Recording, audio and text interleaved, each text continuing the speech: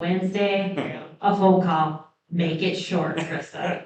Okay, so just looking at the lineup, it looks like we have awesome speakers. I'm super excited that Rep. Hudson came, and is gonna close us off with our path to victory.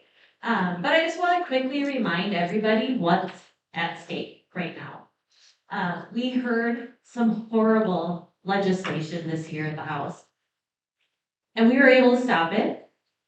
Oh, some of it, but I want you to know how important it is that we flip the House. If we do not flip the House this year, next year, you are guaranteed to see sanctuary state.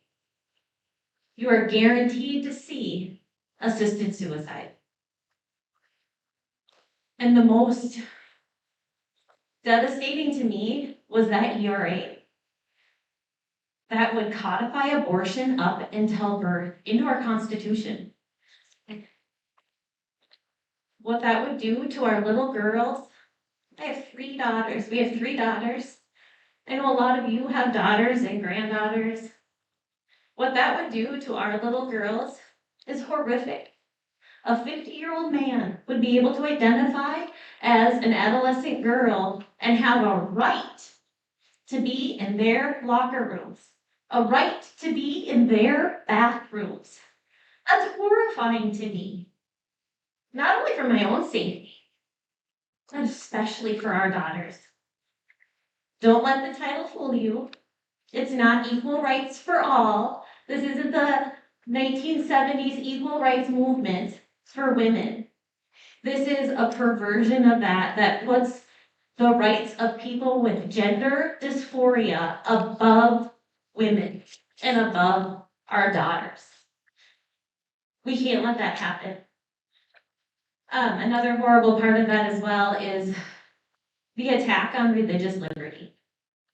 We will be unable to practice our faith institutions, our parochial schools will be unable to practice our faiths according to our Bible, according to the Jewish faith, according to the Muslim faith.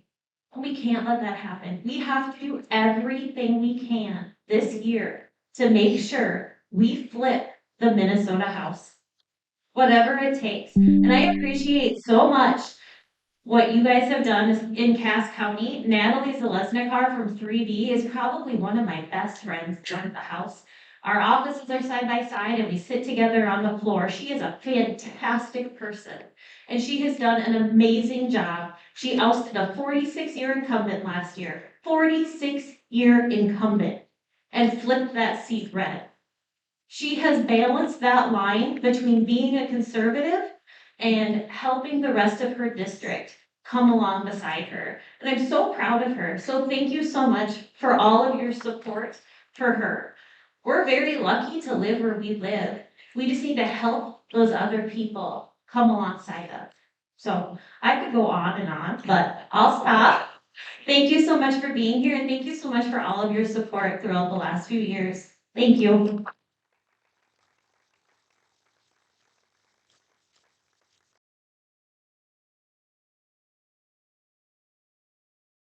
I haven't prepared a speech, so I think better when moving, plus I'm a moving target this way, so it's harder to hit me. Abortion. Well, a little bit different. There's 2 issues that are going to be the biggest issue when it comes to elections this year, and it starts from the top down, presidential. The 2 issues that are going to define this election cycle is abortion and illegal immigration. That's what all the talking heads are saying. Epoch Times did a great story on it. Those are the 2 issues. In Minnesota, illegal immigration, the sanctuary state, somebody said it earlier, I think Donna said, that Democrats overstepped. They did. Horrible. People do not like illegal immigration. Isaac had a great speech on the floor. It resonates. That's an issue that we can win on. But the Democrats' issue is abortion. And we message horribly when it comes to abortion.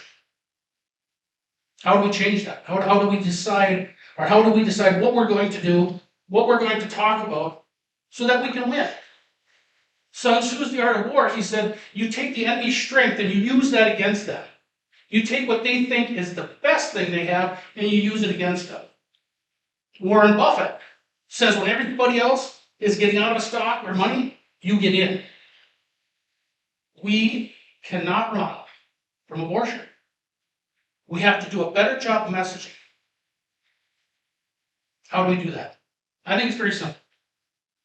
70%, just about 70% of women that say they would have an abortion or that had an abortion say they wouldn't have it if they had support. Pretty simple. 70%. 10,000 abortions in the state of Minnesota 2 years ago. 7,000 could have been avoided if we had compassion for women. We are failing women in the state of Minnesota. Our side. This is a topic that we can win on. We're saying that the Democrats control this and they're going to win on that. That's what the talking heads say. We say we support women.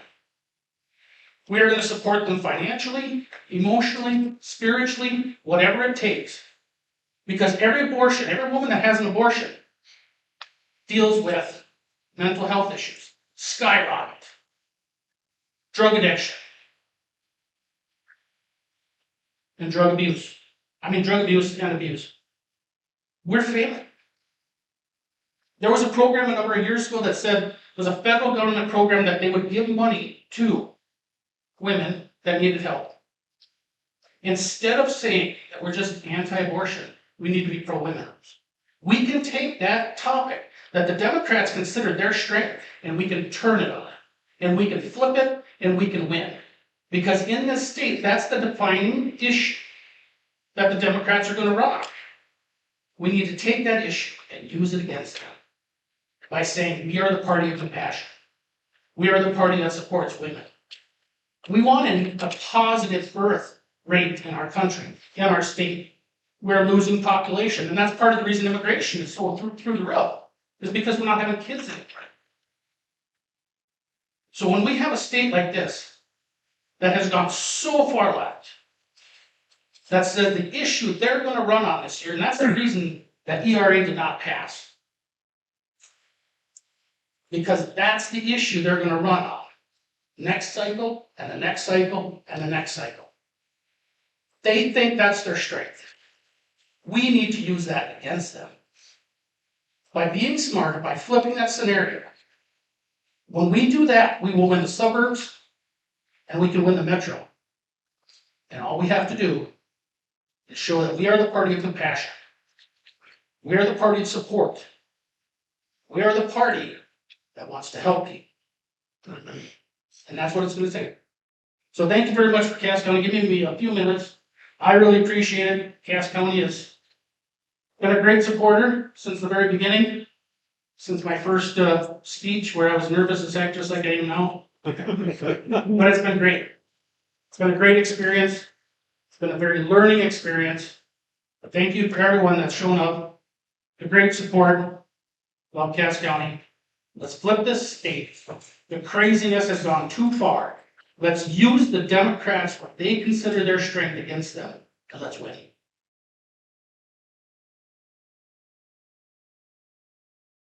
I'll really try hard to keep it just a couple minutes, Walter, okay? I want to start off with this right here, political contribution refund. Every one of you has one of these sheets, and this is a wonderful graphic. Mary Jo, did you make that up? No, who did? Sue Van Hall. Sue Van Hall made that up. She's not here today, is she? Nope. But anyway, please take this home, look at it. If you have not been a part of the PCR program, this had to be a Democrat idea, Fred.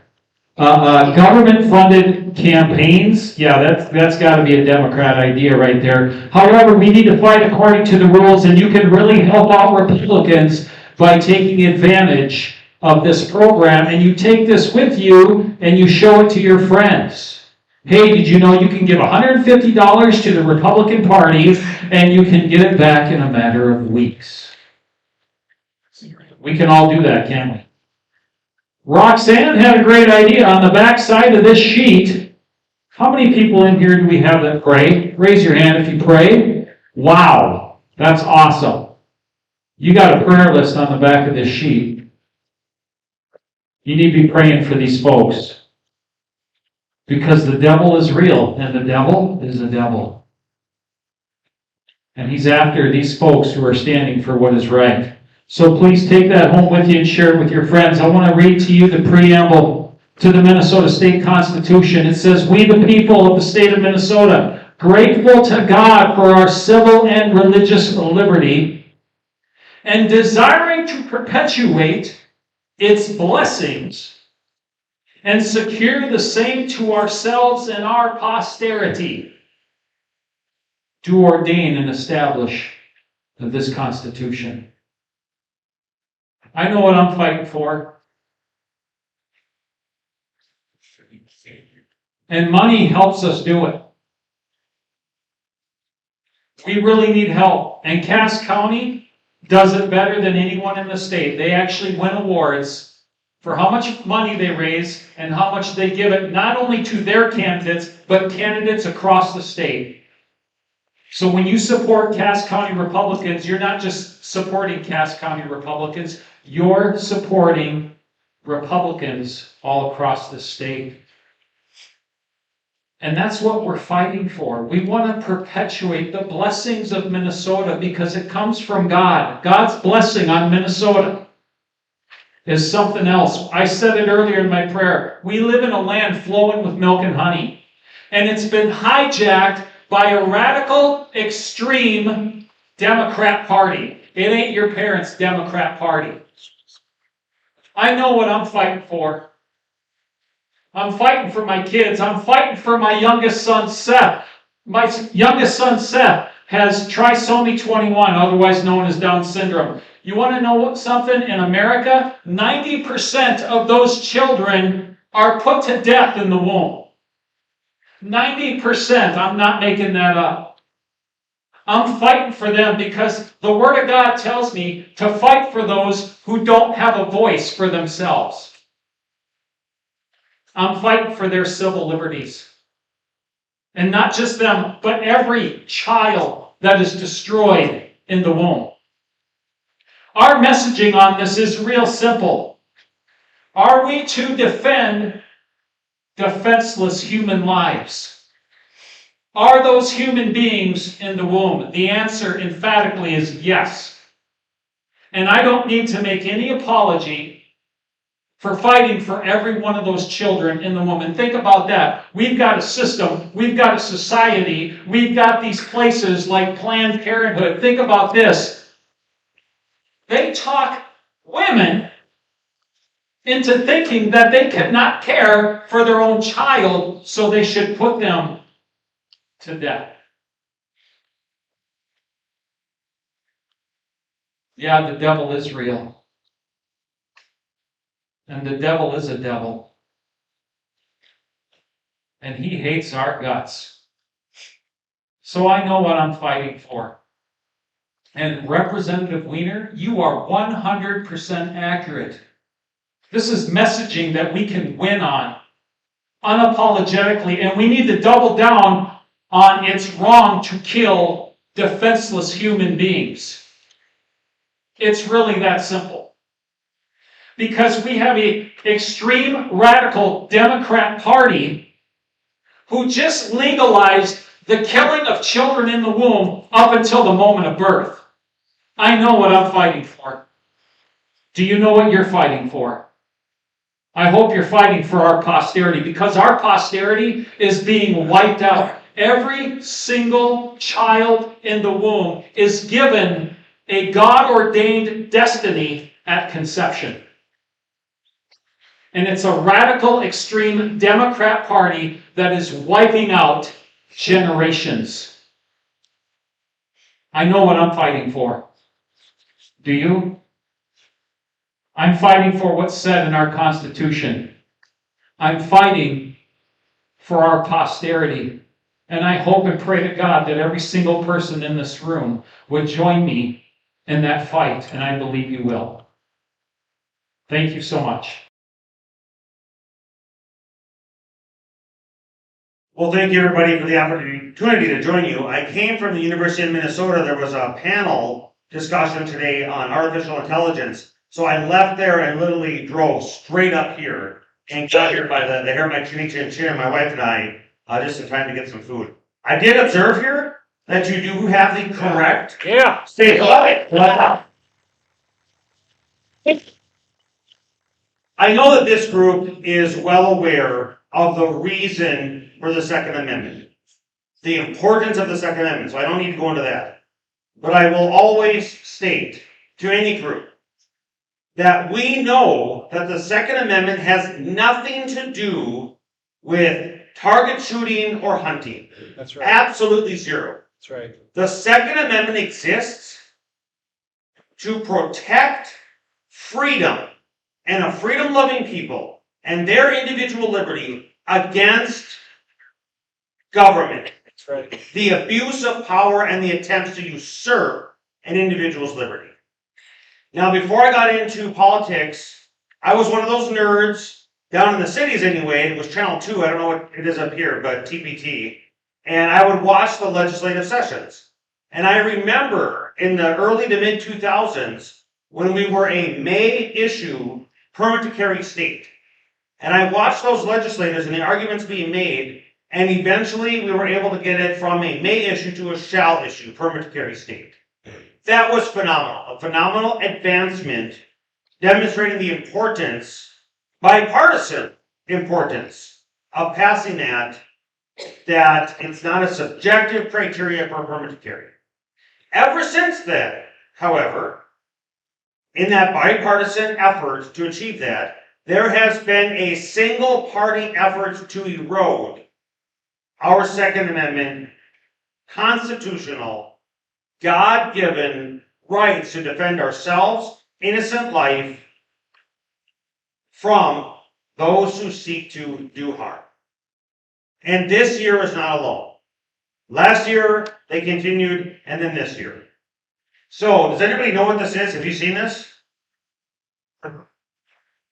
Mega omnibus bill. Nice bill. What is this? Heard. Yeah, exactly. This is over 1,400 pages of legislation, the super omnibus bill, completely unconstitutional, buried inside of it, hundreds of provisions that do the opposite. There isn't a single provision in here that advances liberty. Everything in here takes liberty away, increases regulation, makes it more expensive to live or do business in Minnesota, and including erosions of Second Amendment rights. So here it is. Yeah, we hate it. It makes it kindling, but yes. So I know we're short on time, so I'm just going to give this one story. And I see Senator Cran is here to corroborate this, and Senator Green was here, but I don't know if he left. So Senator Cran, correct me if I'm wrong, but during the debate, Senator Gustafson was the chief author of the binary trigger prohibition here in Minnesota. And as we were debating, there was concerns and multiple questions asked of her, the chief author. Are you concerned with the takings clause in the Constitution? And so for those who aren't familiar, with any provision and any topic, if something is legal and a person engages in that activity or a transaction or whatever, at the time it's legal and then it subsequently becomes illegal, it's not a retroactive if you have obtained or you can't be prosecuted for the past, etc. But going forward, you could. In this particular case, binary triggers, there are generally, there's two ways to get it. If a firearm comes without a binary trigger, there's an aftermarket kit that you can add onto it. Or there are some firearms that come from the manufacturer with a binary trigger. It comes that way. You don't have to do any aftermarket add-ons. It is legal, or was legal. I don't even know what the enactment date was. Do you know? Was it immediate? Okay. So I don't know if it's immediate or maybe next year, or I'm not. Do you know what the enactment date is? Does anybody know the? January 1 of 25. Okay, so I encourage you between now and December 31st, go out and buy some binary triggers. And then, at least that's what I'm planning to do.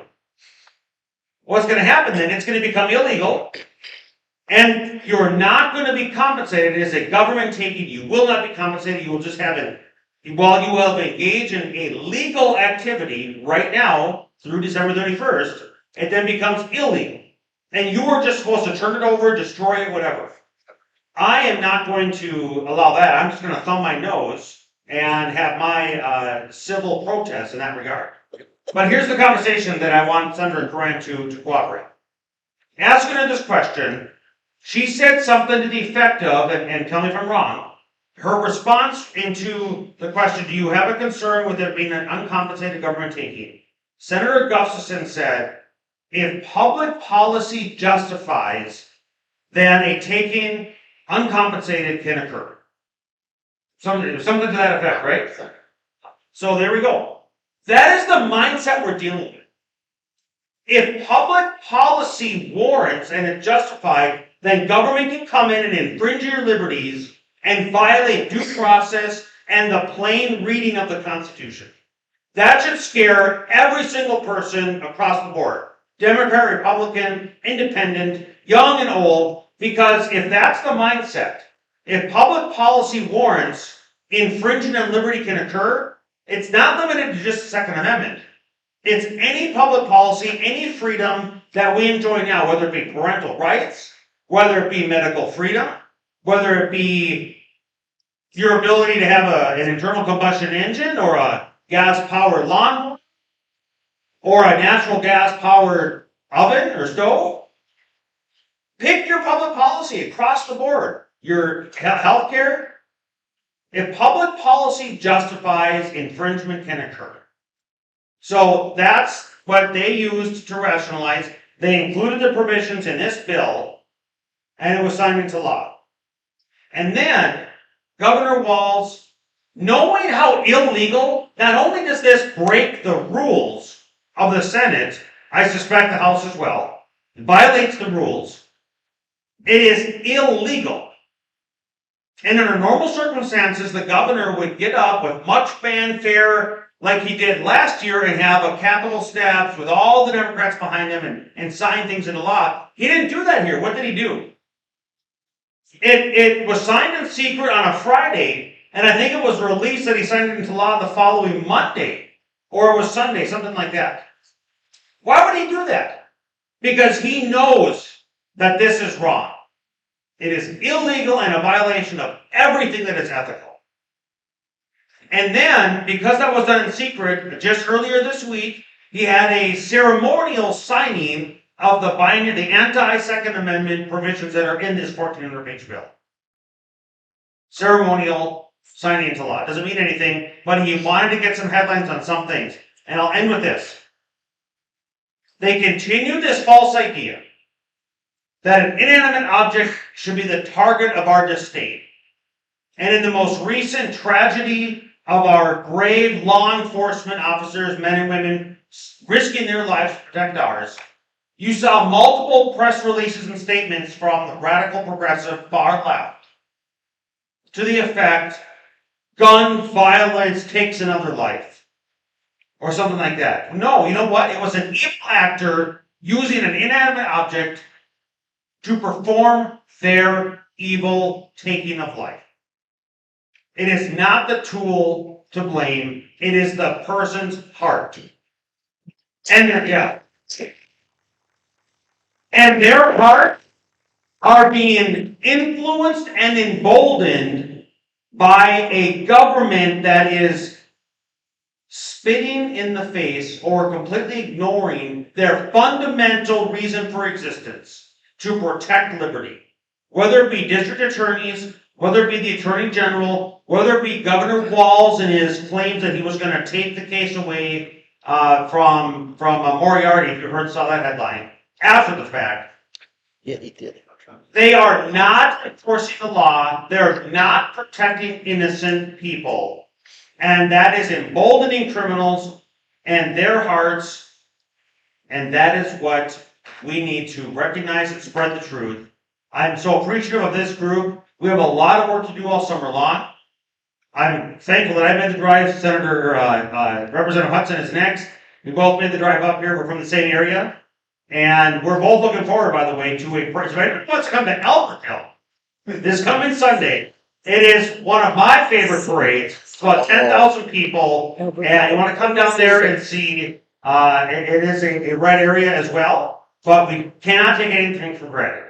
So thanks again, everybody. Thank you for the invitation.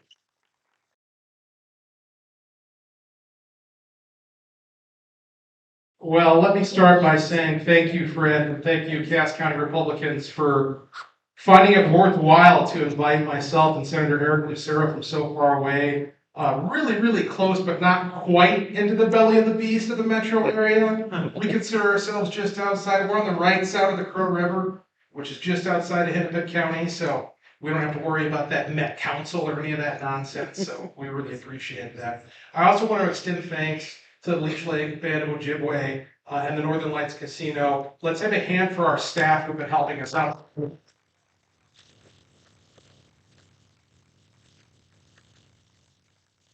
That's one thing that I've noticed as I've traveled around the state is our tribal neighbors have been great about hosting us and letting us use their spaces to have events like this, whether it's a BPU convention or a fundraiser or whatever the case may be, and we very much appreciate that. So I'm here tonight to talk about the path to victory. First question is, why do we need to go down it? What's at stake? And we've heard a lot about that tonight so far from our various speakers. But let me try to put it together for you, sum it up. And I'm going to do this in a manner, I'm going to forget for a moment that I'm talking to my fellow Republicans.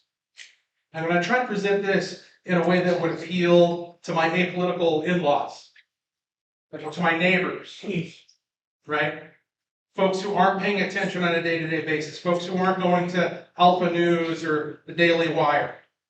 Why is it important to them that we go down and reach the end of that path to victory? Well, I would say number one is we're on an unsustainable path as a state. It's no joke. An $18 billion budget surplus spent. Every last thin dime gone. $10 billion in taxes raised. On you, not on me. State budget increased by 40%. 40%. What goes up 40%? Your wages? Your salary? Your income? Your household budget? I know mine did. And speaking of household budget, let's try to put this in personal terms. Imagine your household income was around $50,000, which is a little lower than the median income in the state of Minnesota. $50,000 a year, that's what you get coming in. And let's say you're not the best with money, so you're budgeting to spend all of it every year. You've got nothing left over at the end of the year. So you're spending, you're getting 50 in, 50 is going out every single year. Well, then your dream comes true. Your ship comes in. You finally win the lottery. You get that magic scratch off. Or you score on the Powerball. And now, after taxes and fees and whatever they take out, you got a cool $1 million bonus. So what do? Well, you do like a lot of people in that situation do. You spend it all, right? Every last thin dime, you go out there and you take a couple of big vacations, you buy yourself a car too, get some bling, so you can walk down to Main Street, parade yourself around for a little bit.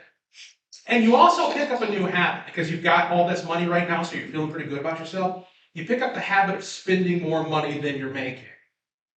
And so let's say you kick it up to you're spending about $70,000 a year, but your job still only pays you $50,000. What's going to happen in about a year? You're going to be broke. You're going to be as broke as a bum on the street who never had a dime to his name. That is exactly what Minnesota Democrats have done to this state. A 40% increase in the budget with no reason whatsoever to believe that that money is going to come from somewhere. And spending this entire budget surplus, which was largely generated by one-time federal dollars, rained down from on high. Because DC has that magic money printing press that you don't have, that I don't have, that the state of Minnesota doesn't have. And they're not going to keep doing that. That was the COVID scam, right? An excuse to spend trillions and trillions of dollars. That's a card you can only play so many times. And so we are in deep, deep trouble. And you know who knows that? The people whose job it is to count the pennies in state government, our auditors, our legislative auditors at least. They warned the Democrat majority, the Democrat trifecta, early this year, at the beginning of the session, you're going to go into a deficit unless you calm down on the spending this year. Well, what did they do? You think they calmed down? Anybody want to take that bet? No. They continued spending every dime they could possibly get their hands on. And we are headed in a very bad direction. On top of that, and that's just the fiscal side, right? On top of that, you look at the legislation that they passed and that they prioritized. We've already talked about the PRO Act, stripping civil rights from an entire category of human beings. If you're unborn in the state of Minnesota, you have no civil rights. None. That's the status quo today, right now. No civil rights. Anything can be done to you.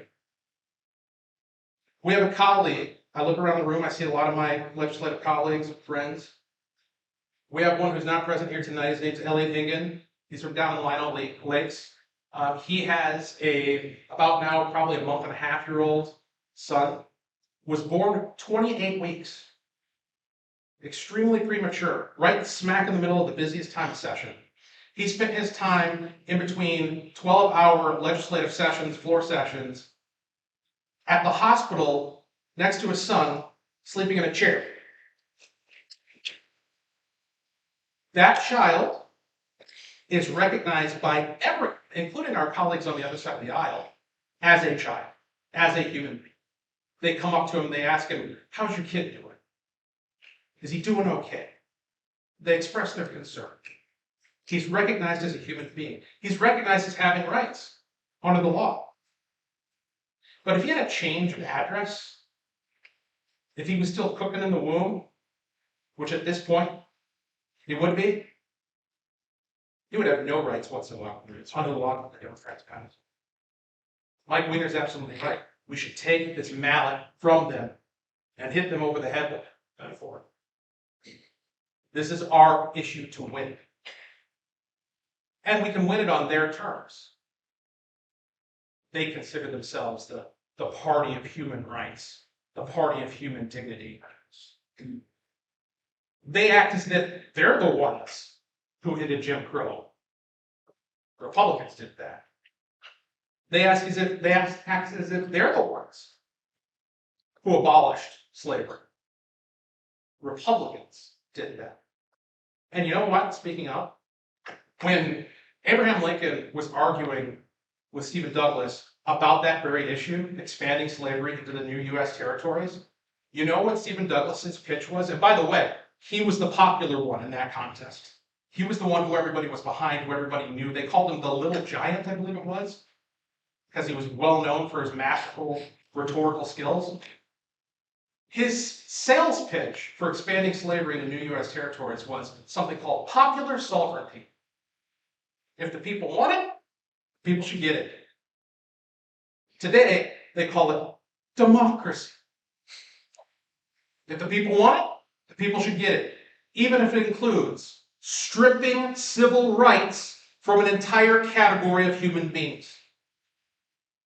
That's what the Democrats did, and they tried, as Representative Knudsen brought up, to make that permanent, to put that in the state constitution.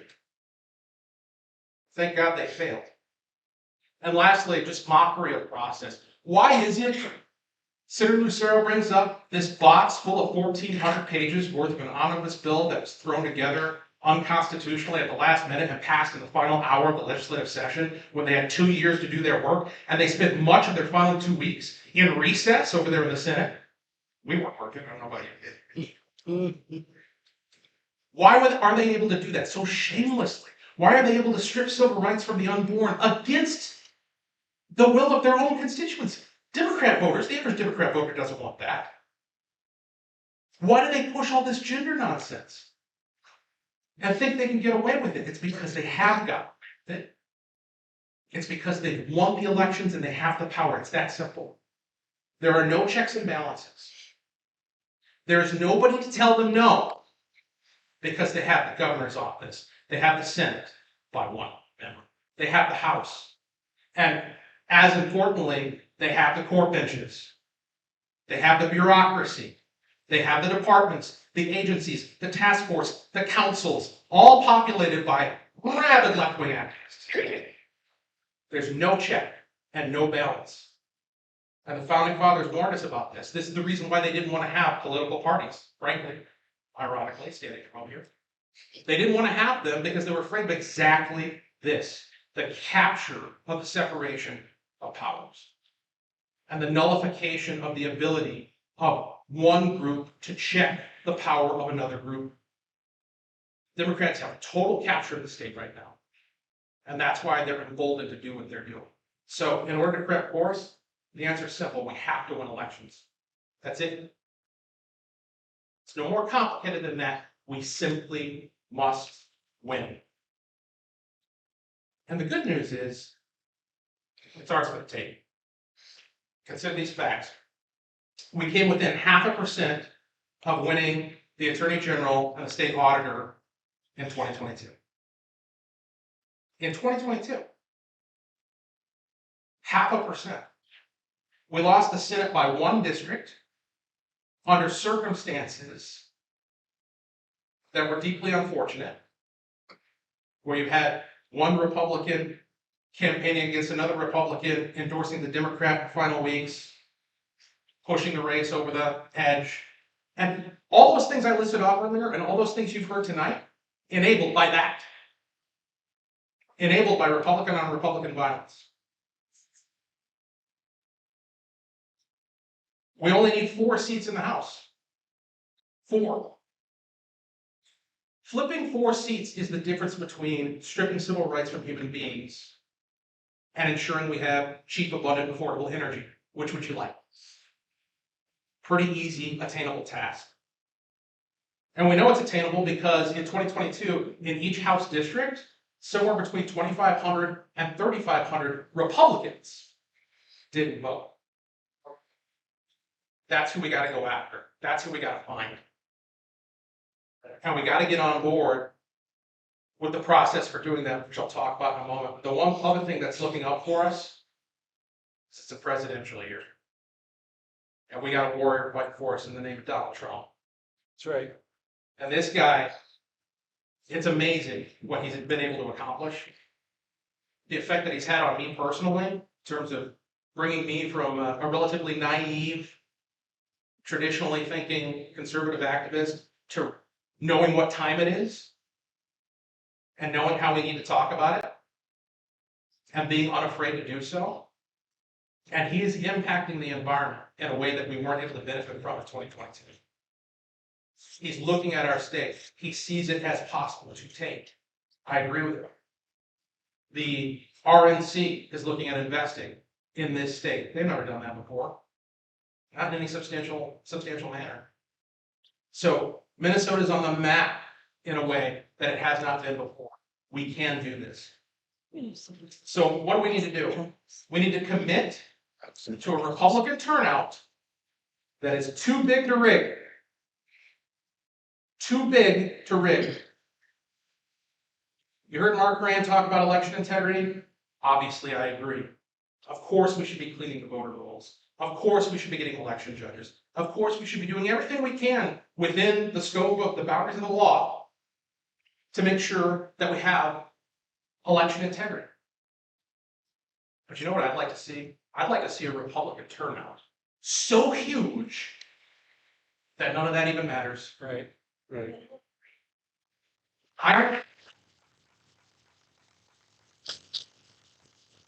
I know for a fact that there's a functional limitation on their ability to cheat. Because Roger Scraba, who I believe is in this district, he won by 15 votes in a recount. You think the Democrats didn't want that seat?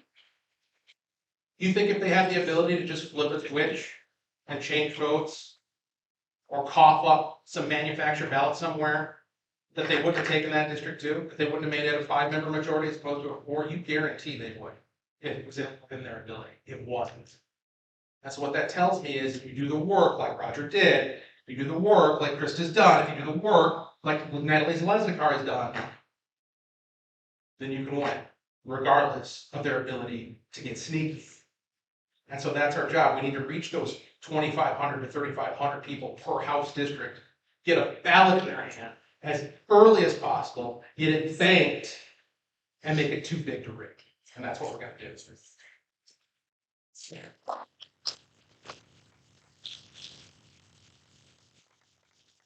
I'll close by just warning us of a couple of things that will make this impossible. And it's not going to be easy to hear. These aren't consultant-approved talking points. We regard the Democrats as our enemy, and in some very real ways, they absolutely are. There's no doubt about it.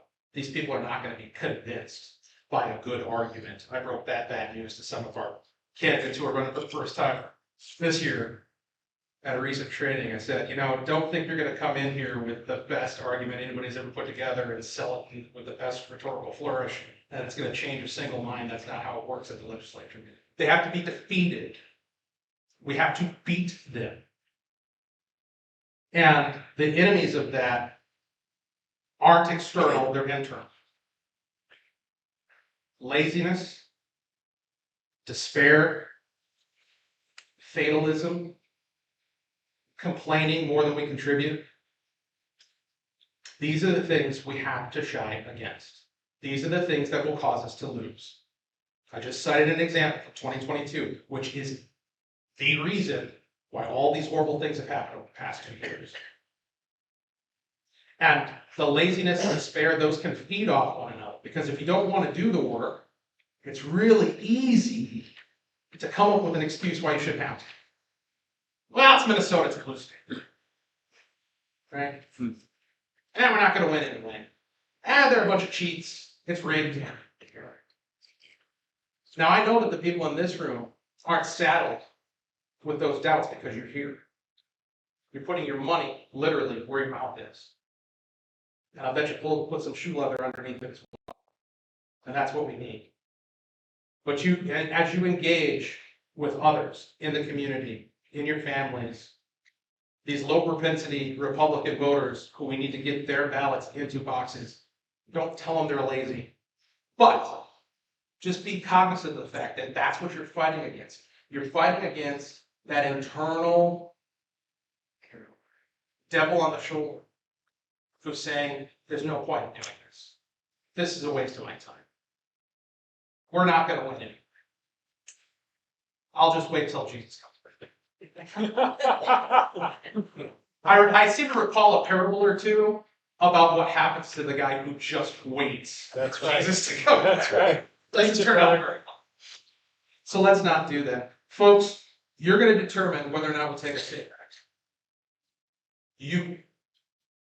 I'll do my part, but I can't do it all. My colleagues, they'll do their part, but they can't do it all. It's going to take you doing what you're doing tonight, coughing up the cash, putting in the time, wearing out some shoes, getting ballots in boxes. If you're willing to do that, I promise you, we're going to take back the state of Minnesota. Thank you.